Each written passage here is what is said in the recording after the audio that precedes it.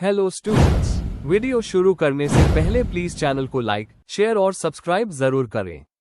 एक important information, अगर आपको इस वीडियो के नोट्स चाहिए तो डिस्क्रिप्शन बॉक्स में दिया गया डाउनलोड लिंक चेक करें। Thank you. चलिए शुरू करते हैं। इस वीडियो में हम पढ़ेंगे BSOC 111 सोशियोलॉजिकल थिंकर्स 1 के प्रीवियस ईयर क्वेश्चन और most important questions with answers. ये क्वेश्चंस आपके एग्जाम के लिए बहुत इंपॉर्टेंट है। अगर आपने ये अच्छे से कर लिए तो एग्जाम निकलना पक्का है। Let's begin. Question 5। What is the subject matter of sociology? Explain with reference to the viewpoint of Durkheim. Question explanation. इस क्वेश्चन में हमें ये बताना है कि सोशियोलॉजी का असल सब्जेक्ट मैटर क्या है। फोकस डर्कहाइम के व्यू पॉइंट पर होगा, जिन्होंने कहा था कि सोशियोलॉजी का स्टडी सब्जेक्ट सोशल फैक्ट्स है।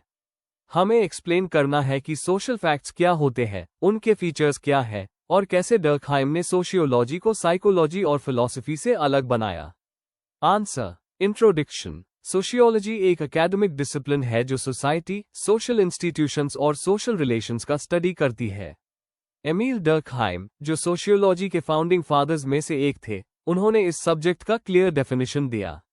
उनका कहना था कि सोशियोलॉजी का असली सब्जेक्ट मैटर सोशल फैक्ट्स है, जो हमारे बाहर होते हैं, हमें कंट्रोल करते हैं और कलेक्टिव नेचर के होते हैं। साइकोलॉजी जैसे इंडिविजुअल माइंड का स्टडी करती है, सोशियोलॉजी समाज को एक सेपरेट रियलिटी के रूप में देखती है। अब हम डर्कहाइम के व्यू पॉइंट से सोशियोलॉजी के सब्जेक्ट मैटर को समझेंगे। Main body. 1. Sociology as the study of social facts. Durkheim ने कहा कि सोशियोलॉजी का अपना अलग सब्जेक्ट मैटर होना चाहिए। इसलिए उन्होंने कॉन्सेप्ट दिया सोशल फैक्ट्स का। ये ऐसे तरीके होते हैं जिनके थ्रू सोसाइटी काम करती है। Example: laws, customs, moral codes और ट्रेडिशंस। ये सब एक इंसान के कंट्रोल में नहीं होते बल्कि पूरी सोसाइटी के होते हैं। जैसे फिजिक्स फिजिकल वर्ल्ड को स्टडी करती है, सोशियोलॉजी सोशल फैक्ट्स को स्टडी करती है। 2. Characteristics of social facts. External. ये इंडिविजुअल से बाहर होते हैं, जैसे लैंग्वेज और लॉ। Constraining power. ये इंसान के बिहेवियर को कंट्रोल करते हैं, जैसे मैरिज नॉर्म्स या एटिकेट। कलेक्टिव। ये पूरी कम्युनिटी के होते हैं, सिर्फ एक इंसान के नहीं। इन फीचर्स से डर्कहाइम ने क्लियर किया कि सोशियोलॉजी ऑब्जेक्टिव और साइंटिफिक फैक्ट्स को स्टडी करती है। 3. Difference between sociology and other sciences.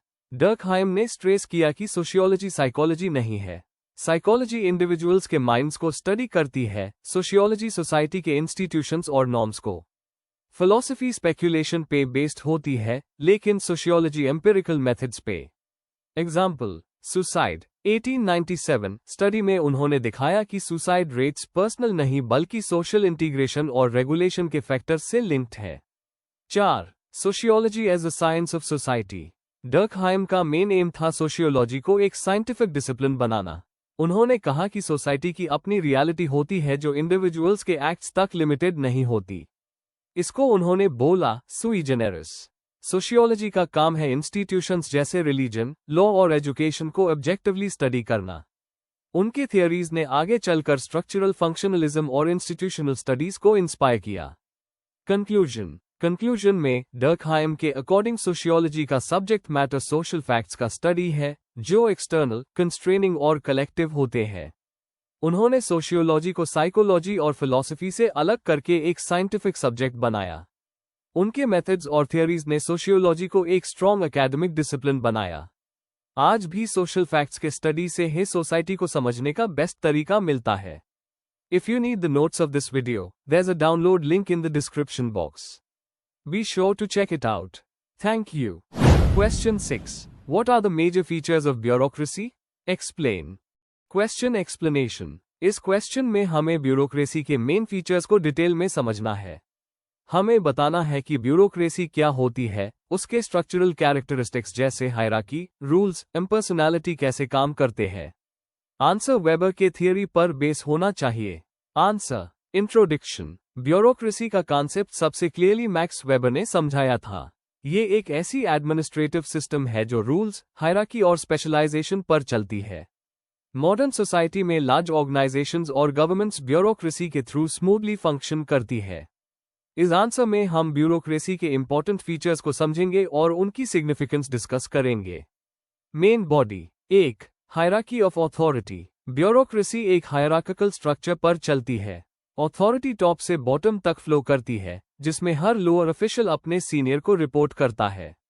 ये सिस्टम अकाउंटेबिलिटी और डिसिप्लिन बनाए रखता है। एग्जाम्पल, गवर्नमेंट डिपार्टमेंट्स में clerks, section officers, higher officers को रिपोर्ट करते हैं। 2. Division of labour and specialisation. हर मेंबर का क्लियर रोल और ड्यूटी डिफाइंड होती है। इससे एफिशिएंसी बढ़ती है, क्योंकि हर ऑफिशियल अपने एरिया ऑफ एक्सपर्टीज पर फोकस करता है।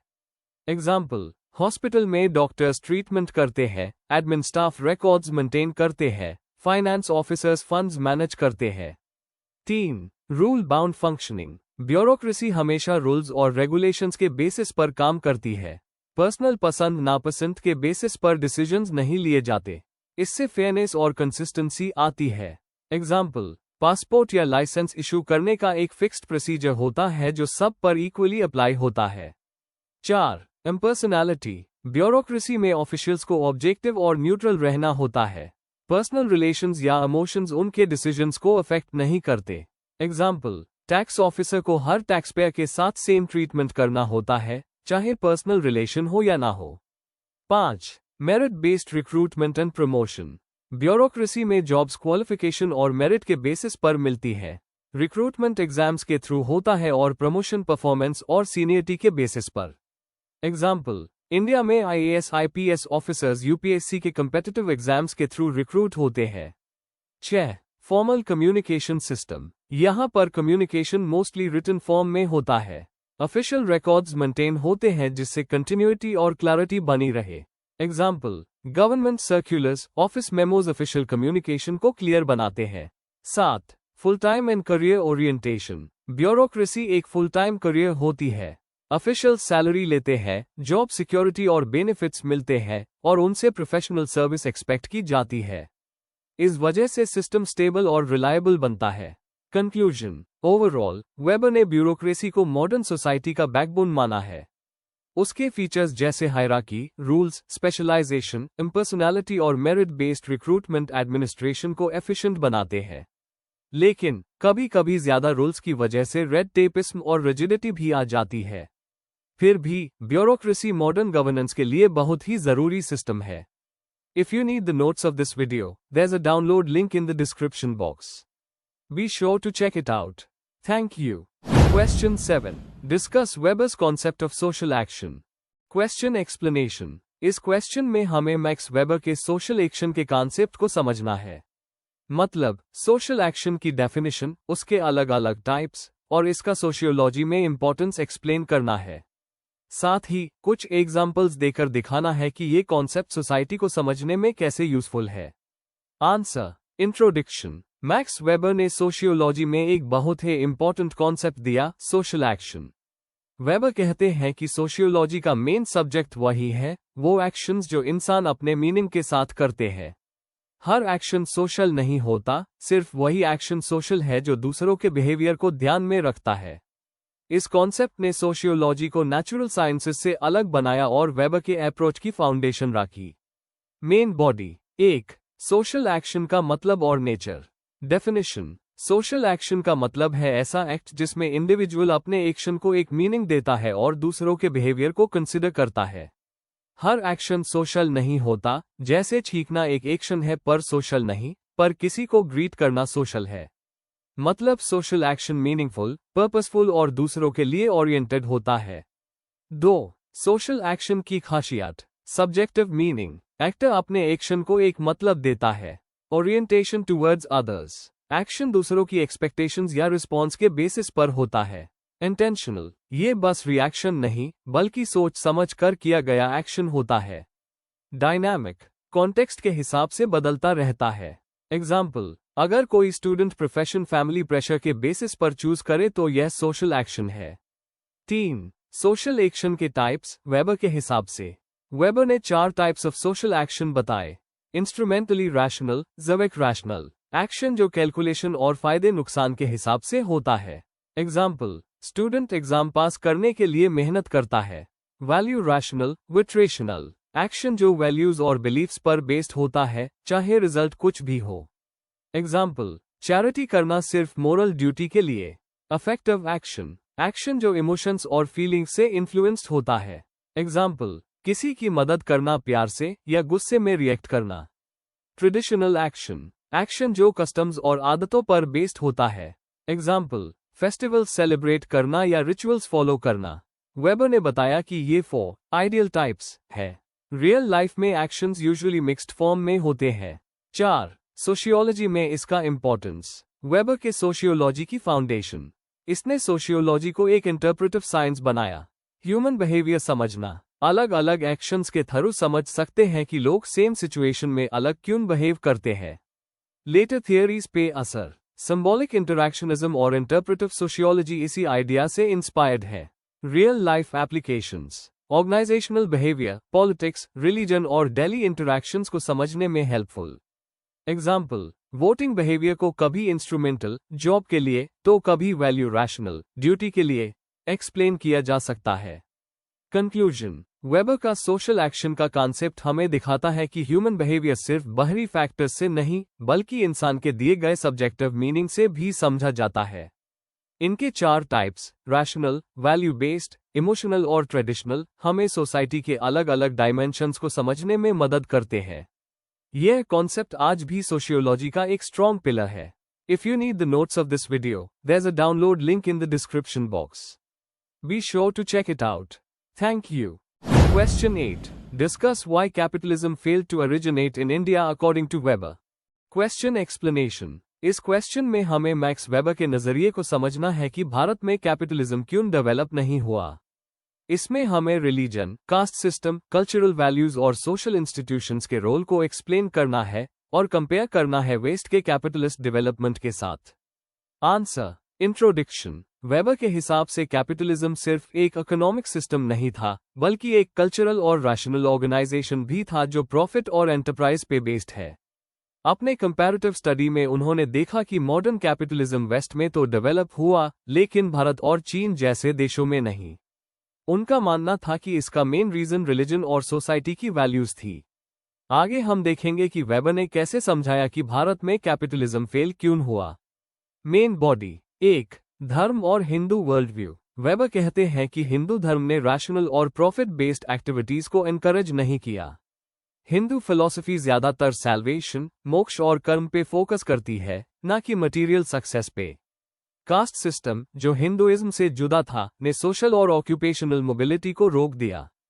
प्रोटेस्टेंट एथिक, जहां हार्ड वर्क और वर्ल्डली सक्सेस को डिवाइन फेवर मानता था, हिंदू एथिक डिटैचमेंट और स्पिरिचुअल गोल्स को प्रमोट करता था। 2. कास्ट सिस्टम और सोशल स्ट्रैटिफिकेशन। कास्ट सिस्टम ने लोगों को फिक्स्ड रोल्स में बांध दिया था। ऑक्यूपेशन ज्यादातर जन्म से डिसाइड होता था। एंटरप्रेन्योरशिप और कंपटीशन को रिस्ट्रिक्ट किया गया क्योंकि बिजनेस सिर्फ कुछ खास कास्ट तक लिमिटेड था, जैसे वैश्यास। कैपिटलिज्म के लिए कंपटीशन और मोबिलिटी जरूरी है, जो कास्ट रिजिडिटी की वजह से इंडिया में पॉसिबल नहीं था। 3. रैशनलाइज्ड इंस्टीट्यूशंस की कमी। वेस्ट में कैपिटलिज्म इसलिए डेवलप हुआ क्योंकि वहां रैशनल लीगल इंस्टीट्यूशंस, ब्यूरोक्रेसी और कैलकुलेबल लॉ सिस्टम्स थे। भारत में अथॉरिटी ज्यादातर ट्रेडिशनल थी और इकोनॉमिक लाइफ कस्टम और रिचुअल से चलती थी, ना कि रैशनल कैलकुलेशन से। जॉइंट फैमिली सिस्टम ने भी इंडिविजुअल इनिशिएटिव और कैपिटल एक्यूमुलेशन को लिमिट कर दिया। 4. Protestant ethic versus Hindu ethic. Weber की किताब the Protestant ethic in the spirit of capitalism के मुताबिक प्रोटेस्टेंट वैल्यूज ने हार्ड वर्क, थ्रिफ्ट और रीइन्वेस्टमेंट को एनकरेज किया। हिंदू एथिक ज्यादातर स्पिरिचुअल लिबरेशन और रिचुअल प्रैक्टिसेस पे बेस्ड थी, जिसमें वेल्थ एक्यूमुलेशन को इंपॉर्टेंस नहीं मिलता था। इस वजह से वेस्ट में स्पिरिट ऑफ कैपिटलिज्म ग्रो हुआ, पर इंडिया में नहीं। इंडियन सोसाइटी ट्रेडिशन और स्टेबिलिटी को वैल्यू करती थी, इनोवेशन और चेंज को नहीं। कंक्लूजन, वेबर का मानना था कि भारत में कैपिटलिज्म इसलिए डेवलप नहीं हुआ क्योंकि हिंदू धर्म के वैल्यूज, कास्ट सिस्टम की रिजिडिटी और रैशनलाइज्ड इंस्टीट्यूशंस की कमी ने उससे रोक दिया। यहां ट्रेड और मार्केट तो द, लेकिन वो ट्रेडिशनल स्ट्रक्चर्स में फेज हुए थे। इस एनालिसिस से पता चलता है कि कल्चर और रिलीजन इकोनॉमिक डेवलपमेंट को डायरेक्टली अफेक्ट करते हैं। इसलिए वेबर के नजरिए में भारत में कैपिटलिज्म की कमी एक कल्चरल और सोशल वजह से थी, ना कि सिर्फ इकोनॉमिक रीजन से। Before we end, please like, share and subscribe the channel for more such study materials and one important information अगर आपको नोट्स चाहिए तो डिस्क्रिप्शन बॉक्स में डाउनलोड लिंक दिया हुआ है, जरूर चेक करें। Thank you.